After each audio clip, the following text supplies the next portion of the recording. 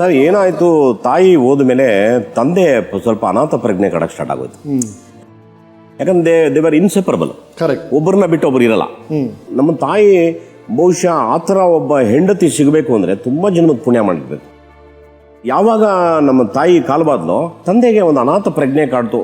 ನಾನು ಬಂದು 24 ಗಂಟೆ ನಮ್ಮ ಅಪ್ಪನ ಜೊತೆ ಇರೋಕ್ಕಾಗಲ್ಲ, ಅಥವಾ ನನ್ನ ತಮ್ಮ ಇರೋಕ್ಕಾಗಲ್ಲ, ನಮ್ಮ ಅಗ್ದಿರು ಇರೋಕ್ಕಾಗಲ್ಲ. ಅವರವರು ಅವ್ರ ಗಂಡ ಅವ್ರ ಮಕ್ಕಳು ಎಲ್ಲ ದೂರ ಆದಾಗ ಒಬ್ಬರೇ ತೋಟದ ಮನೆಯಲ್ಲಿ ಕೂತಿದ್ದಾಗ ತುಂಬ ಬೇಜಾರಾಗಿ ಸ್ವಲ್ಪ ಬೇರೆ ಅಭ್ಯಾಸಕ್ಕೆ ದಾಸರಾದರು. ಆ ಲೋನ್ಲಿನೆಸ್ಸು. ಸೊ ಶುಗರ್ ಬಂತು ಅವ್ರಿಗೆ. ಆ ಶುಗರ್ ಕಂಟ್ರೋಲ್ ಮಾಡ್ಕೊಂಡಿಲ್ಲ. Used to smoke, used to booze. So ಇದೆಲ್ಲ ಆಗ್ತಾ ಒಂದು ಪಾಯಿಂಟಲ್ಲಿ ನಾನು ಒಂದಿನ ಊರಿಗೆ ಹೋದೆ. ಪಾಪ ಅವ್ರ ಕಾಲಿಗೆ ಏನೋ ಮೆಡಿಸಿನ್ ಆಗ್ತಾ ಕೂತಿದ್ರು. ಏನಾಯಿತು ಅಂತ ಅಂದೆ. ಏನೋ ನೋಡಪ್ಪ, ಕಾಲು ಏನೋ ಗಾಯ ಆಗ್ಬಿಟ್ಟಿದೆ, ವಾಸಿ ಆಗ್ತಾ ಇಲ್ಲ. ಯಾಕೋ ಟೆನ್ಷನ್ ಆಯಿತು ನನಗೆ.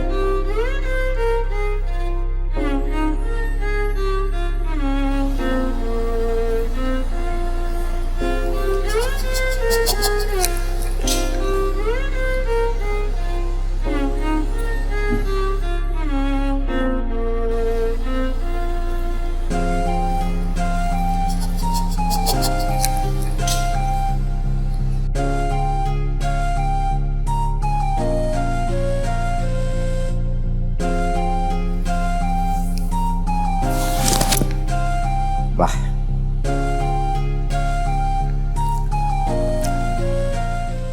ಇದೆಲ್ಲ ಏನಾಗ್ತದೆ ಸರ್? ನೀವು ತೋರಿಸಿದ ಫೋಟೋ ನಾನು ನೆನಪಿದೆ ಜಗೇಶ್. ತನ್ನೆಲ್ಲ ನಮ್ಮ ಶೂಟಿಂಗ್ ಕಾಮಿಡಿ ಮಾಡ್ತಾ ಇದೀವಿ, ನಾವಿಬ್ರು ಜೋಕ್ಸ್ ಮಾಡ್ತಾ ಇದೀವಿ, ರಗಳೆ ಮಾಡ್ತಾ ಇದೀವಿ. ಆ ಟೈಮಲ್ಲಿ ಒಂದು ಫೋಟೋ ಬಂತು. ಇವರಪ್ಪ ಆಸ್ಪತ್ರೆಯಲ್ಲಿ ಇದ್ದಾರೆ, ಡಯಾಬಿಟಿಸ್ ಹೆಚ್ಚಿಗೆ ಆಗ್ಬಿಟ್ಟಿತ್ತು, ಇವರು ನಿರ್ಧಾರ ತಗೋಬೇಕು. ಹೇಳಿ ಜಗೇಶ್. ಪಾಪ ಅದೇ ಅವ್ರಿಗೆ ವಿಪರೀತ ಶುಗರ್ ಬಂತು. ಅದಾದಮೇಲೆ ನಾನು ಯಾಕೆ ಮೆಡಿಸಿನ್ ಹಾಕ್ತಿದ್ದೀರಿ ಅಂತ ಕೇಳಿದೆ. ಗಾಯ ಆಗಿದೆಪ್ಪ, ವಾಸಿ ಆಗ್ತಿಲ್ಲ ಅಂದಾಗ ನನಗೆ ಸ್ವಲ್ಪ ಸೈನ್ಸ್ ಗೊತ್ತಿರೋದ್ರಿಂದ ನನಗೆ ಅರ್ಥವಾಯಿತು ಏನೋ ಸಮಥಿಂಗ್ ವೆಂಟ್ ರಾಂಗ್ ಅಂತ. ಅದಾದಮೇಲೆ ನಾನು ನಿಮಗೆ ಹೇಳ್ತಿದ್ದೆ, ದಯವಿಟ್ಟು ಸ್ಮೋಕ್ ಮಾಡಬೇಡಿ, ಕುಡಿಬೇಡಿ ಅಂತ. ನೀವು ನಮ್ಮ ಮಾತು ಕೇಳಲಿಲ್ಲ. ಯಾಕೋ ಕಾಲಿಗೆ ತೊಂದರೆ ಆದಂಗಿದೆ, ದಯವಿಟ್ಟು ಬನ್ನಿ ಹೋಗೋಣ ಹಾಸ್ಪಿಟ್ಲಿಗೆ ಅಂತ ನಾನು ಹೇಳಿದೆ. ಪಾಪ ಹೇಳಿದಾಗ ಭಾಳ ಗೌರವ ನನ್ನ ಕಂಡ್ರೆ. ನನ್ನ ಬೆಳವಣಿಗೆ ನೋಡಿದ್ಮೇಲೆ ತುಂಬ ರೆಸ್ಪೆಕ್ಟ್ ಮಾಡೋರು ನನ್ನ. ಸರಿ ಆಯ್ತು ನಡಿಯಪ್ಪ ಹೋಗೋಣ ಅಂತ ಅಂದ್ಬಿಟ್ಟು ಬಂದು ಜೈನ್ ಹಾಸ್ಪಿಟ್ಲಿಗೆ ಕರ್ಕೊಂಡ್ಬಂದು ಅವಾಗ ಚೆಕ್ ಮಾಡಿ, ಇಲ್ಲ ಇವ್ರಿಗೆ ಫುಲ್ ಬ್ಲಾಕ್ ಆಗಿಬಿಟ್ಟಿದೆ, ಕಷ್ಟ, will try our level best, ಒಂದು ಸ್ಟೆಂಟ್ ಹಾಕಿ ನೋಡೋಣ, ಅಕಸ್ಮಾತ್ ಅದು ಫೇಲ್ಯೂರ್ ಆದರೆ ವ್ಯಾವ್ ಟು ಆಂಪ್ಯೂಟಿಸ್ ಲೆಗ್ ಅಂತ ಅಂದರು. ನಾನು ಅವ್ರ ಕೈ ಹಿಡ್ಕೊಂಡು ಕೇಳ್ಕೊಂಡೆ, ಬೇಡಿ, ನಮ್ಮ ತಂದೆ ಹುಲಿ ಥರ ನೋಡಿದ್ದೀನಿ, ಅವ್ರು ಕಾಲು ಹೋಗೋದೆಲ್ಲ ಬೇಡ, ದಯವಿಟ್ಟು ಸ್ಟೆಂಟ್ ಹಾಕಿ ಅಂತ ನಾನು ಹೇಳಿದಾಗ ಪಾಪ ಹಾಕಿದ್ರು. ಸ್ಟೆಂಟ್ ಹಾಕಿ ಹೆಪರಿನ್ ಟ್ಯಾಬ್ಲೆಟ್ ಕೊಟ್ಟು ಎಲ್ಲ ಬ್ಲಡ್ ತಿಂದರೆಲ್ಲ ಕೊಟ್ಟು ಆ ಪೋರ್ಷನ್ ಎಲ್ಲ ತೆಗೆದು ತಿರ್ಗಿ ಬ್ಲಡ್ ಸರ್ಕ್ಯುಲೇಷನ್ ಬರೋ ಥರ ಎಲ್ಲ ಮಾಡಿ ಒಂದು 3 ತಿಂಗಳಾದಮೇಲೆ ರೆಗ್ಯುಲರ್ ಚೆಕಪ್ ಎಲ್ಲ ಮಾಡಿಸಿ ನಾನು ಡಾಕ್ಟ್ರ್ ಕೇಳಿದೆ, ಸರ್ ಕರ್ಕೊಂಡೋಗಿ ಬಿಡ್ಬೋದಾ ನಮ್ಮ ತಂದೆನ ಊರಿಗೆ ಅಂದರೆ, ಈಸ್ ಸೇಫ್ ಯು ಕ್ಯಾನ್ ಅಂತ ಹೇಳಿದ್ರು. ನೋಡಿ ಎಂಥ ದೌರ್ಭಾಗ್ಯ. ನಾನು ಊರಿಗೆ ಕರ್ಕೊಂಡೋಗಿಬಿಟ್ಟೆ. ತಿರ್ಗಾ ವಾಪಸ್ಸು ನನಗೆ ಫೋನ್ ಮಾಡಿ ಹೇಳಿದ್ರು, ನನಗೆ ನಿಂತ್ಕೊಳಕ್ಕೆ ಆಗ್ತಾಯಿಲ್ಲಪ್ಪ, ಕುತ್ಕೊಳಕ್ಕಾಗ್ತಾಯಿಲ್ಲ, ತುಂಬ ಪೇನ್ ಆಗ್ತಾಯಿದೆ ನನಗೆ ಅಂತ. ನಾನು ತಿರ್ಗಾ ವಾಪಸ್ಸು ಕರ್ಕೊಂಬಂದೆ ಅವ್ರಿಗೆ. ತಿರ್ಗಾ ಡಾಪ್ಲರ್ ಚೆಕ್ ಎಲ್ಲ ಮಾಡಿದೆ, ತಿರ್ಗಾ ಬ್ಲಾಕ್ ಆಗಿಬಿಟ್ಟಿದೆ, ಇನ್ಎವಿಟಬಲ್ ಜಗೇಶ್, ಯು ಹ್ಯಾವ್ ಟು ಆಂಪ್ಯೂಟ್ ಅಂತ ಅಂದರು. ತುಂಬ ಬೇಜಾರಾಗೋಯ್ತು ನನಗೆ. ನಾನು ನಮ್ಮ ತಂದೆನ ನಿಧಾನಕ್ಕೆ ಮುದ್ದಾಡಿ, ನಾನು ಅಣ್ಣ ಅಂತ ಕರಿತಾ ಇದ್ದಿದ್ದು, ತುಂಬ ಕಿಸ್ ಮಾಡ್ತಾಯಿದ್ದೆ ಅವ್ರಿಗೆ, ನಿಧಾನಕ್ಕೆ ಮುತ್ತು ಕೊಟ್ಟವ್ರಿಗೆ ಅವ್ರಿಗೆ ಬದುಕಿನ ಕಥೆಗಳನ್ನೆಲ್ಲ ಹೇಳ್ತಾ ಇದ್ದೆ. ನೋಡಿ, ಏನೇನು ನಮ್ಮ ಭಾಗ್ಯಕ್ಕೆ ಬರುತ್ತೆ ಅದನ್ನೆಲ್ಲ ನಾವು ಸ್ವೀಕಾರ ಮಾಡ್ಕೊಂಡು ಹೋಗ್ತಾ ಇರಬೇಕು. ಒಂದೊಂದು ಸರಿ ನಮಗೆ ಗೊತ್ತಿಲ್ದಂಗೆ ದೇವರು ನಮ್ಮಿಂದ ಏನೇನೋ ಕಿತ್ಕೊಳಕ್ಕೆ ಟ್ರೈ ಮಾಡ್ತಾನೆ. ಮನಸ್ಸನ್ನ ತುಂಬ ಗಟ್ಟಿಯಾಗಿ ಇಟ್ಕೋಬೇಕಾಗ್ತದೆ. ನಿಮಗೆ ನಾಳೆ ದಿನ ಯಾವುದೋ ಒಂದು ಅಂಗ ಹೋಯ್ತು ಅಂದರೆ ನಾನು ಎಲ್ಲವೂ ಕಳ್ಕೊಂಡೆ ಅನ್ನೋ ಒಂದು ನೋವು ಬೇಡ ನಿಮಗೆ. ಯಾಕಪ್ಪ ಏನೇನೋ ಹೇಳ್ತಾ ಇದ್ಯಾ ಅಂದರು. ನಂಗೆ ಅಳು ತಡೆಯೋಕ್ಕಾಗಿಲ್ಲ. ನಾನು ತಬ್ಕೊಂಡು ಹತ್ಬಿಟ್ಟೆ. ಇಲ್ಲಣ್ಣ, ನಿನಗೆ you almost lost your leg, ತೆಗಿಲೇಬೇಕಿದು, ತೆಗಿಲಿಲ್ಲ ಅಂದರೆ ನೀನು ಸತ್ತೋಗ್ತೀಯಾ, ನಿನ್ನ ಕಳ್ಕೊಳಕ್ಕೆ ಇಷ್ಟ ಇಲ್ಲ ನನಗೆ ಅಂತ ಅಂದಾಗ ಪಾಪ ನನ್ನೇ ನೋಡಿದ್ರು. ನಿಮ್ಮಪ್ಪ ಇರಬೇಕಾ ನಿನ್ನ ಜೊತೆ ಇನ್ನ?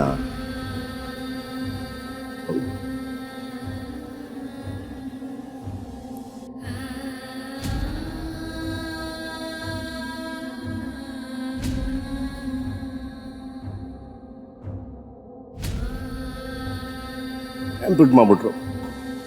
2 ಕಾಲಿಗೆ ಒಂದು ನನಗೆ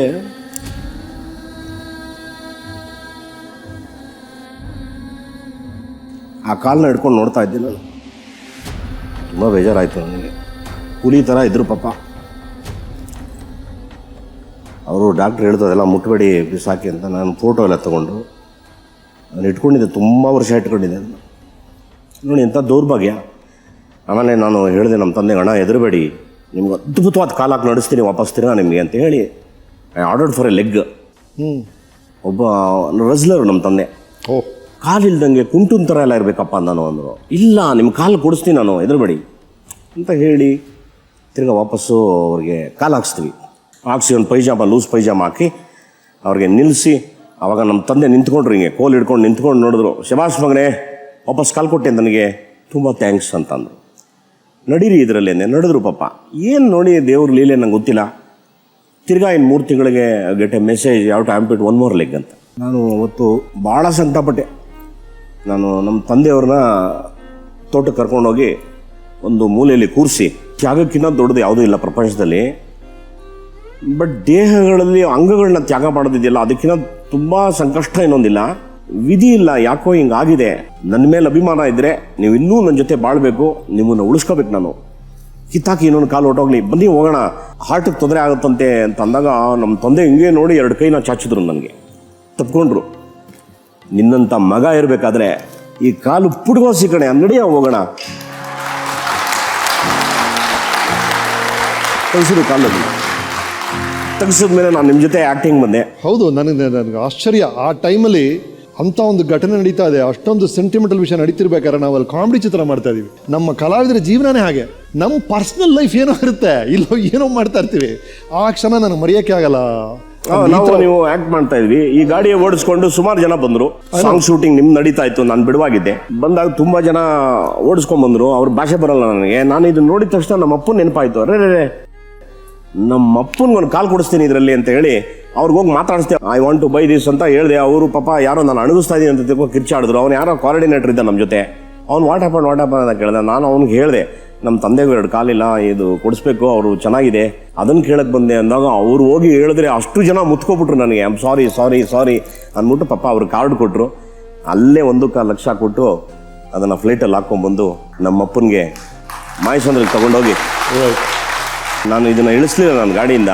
ನಾನು ಹೋಗಿ ನಮ್ಮ ಅಪ್ಪನ ಮುತ್ಕೊಟ್ಟು, ಅಣ್ಣ ಇವತ್ತಿಂದ ಹಳೇ ಗೌಡ್ರು ತಿರ್ಗಾ ಊರು ತುಂಬ ಓಡಾಡ್ತಾರೆ, ತೋಟ ತುಂಬ ಓಡಾಡ್ತಾರೆ, ಅವ್ರ ಕೆಲಸ ಅವರೇ ಮಾಡ್ತಾರೆ, ಆ ಥರದೊಂದು ನಿಮಗೆ ಪ್ರೆಸೆಂಟೇಷನ್ ತೊಗೊಂಬಂದು ನಾನು ನಿಮಗೆ ಅಂದೆ. ಏನಪ್ಪ ಅಂತ ಅಂದರು. ನಾನು ಅವ್ರನ್ನ ಕರ್ಕೊಬಂದು ಈ ಚೇರ್ ಮೇಲೆ ಕೂರಿಸಿ ಇದು ಡ್ರೈವಿಂಗ್ ಮಾಡೋದು ಹೇಳ್ಕೊಟ್ಟೆ. ಅವತ್ತು ಸಂಜೆನೆ ಎಲ್ಲರನ್ನ ಕರೆಸಿ ನಮ್ಮ ತಂದೆ ಎಲ್ಲೆಲ್ಲಿ ಓಡಾಡ್ತಾರೋ ಆ ಜಾಗವೆಲ್ಲ ಸಿಮೆಂಟ್ ಹಾಕ್ಸಿ ಇಡೀ ತೋಟದಲ್ಲೆಲ್ಲ ಜಾಗ ಮಾಡಿಸಿ ಎಲ್ಲ ಮಾಡಿಸಿ ಅವ್ರಿಗೆ ಈ ಗಾಡಿನಲ್ಲಿ ನಾನು ಟ್ರೈನಿಂಗ್ ಕೊಟ್ಟು ಎಲ್ಲ ಮಾಡಿದಾಗ ನಂಗೆ ತುಂಬ ಖುಷಿ ಆಗೋದು ಏನು ಅಂದರೆ, ನಾನು ದಿನ ಬೆಳಗ್ಗೆ ಎದ್ದಿದ ತಕ್ಷಣ 7 ಗಂಟೆಗೆ ನಮ್ಮ ಅಪ್ಪನಿಗೆ ಒಂದು ಫೋನ್ ಮಾಡಿವೆ. ಏನು ಬಾಸ್, ಏನು ಮಾಡ್ತಿದ್ದೀರಿ ಅಂತ ಕೇಳಿವೆ. ಊನಪ್ಪ ಇಲ್ಲೇ ತೋಟದಲ್ಲಿ ಕಾಯಿ ಕೀಳಿಸ್ತಾ ಇದ್ದೀನಿ ಕಣೆ ಅಂತ ಅನ್ನೋದು. ಆರಾಮಾಗೆ ಅವ್ರ ಬದುಕನ್ನ ಅವ್ರು ನೋಡ್ಕೊಂಡ್ರು. ಅದರಲ್ಲಿ ಈ ಗಾಡಿ ಅವ್ರ ಆಪರೇಷನ್ ಆದಮೇಲೆ ಐ ಆಮ್ ಸೋ ಪ್ರೌಡ್, ನಾನು 10 ವರ್ಷ ಅವ್ರನ್ನ ಬದುಕಿಸ್ಕೊಂಡಿದ್ದೆ.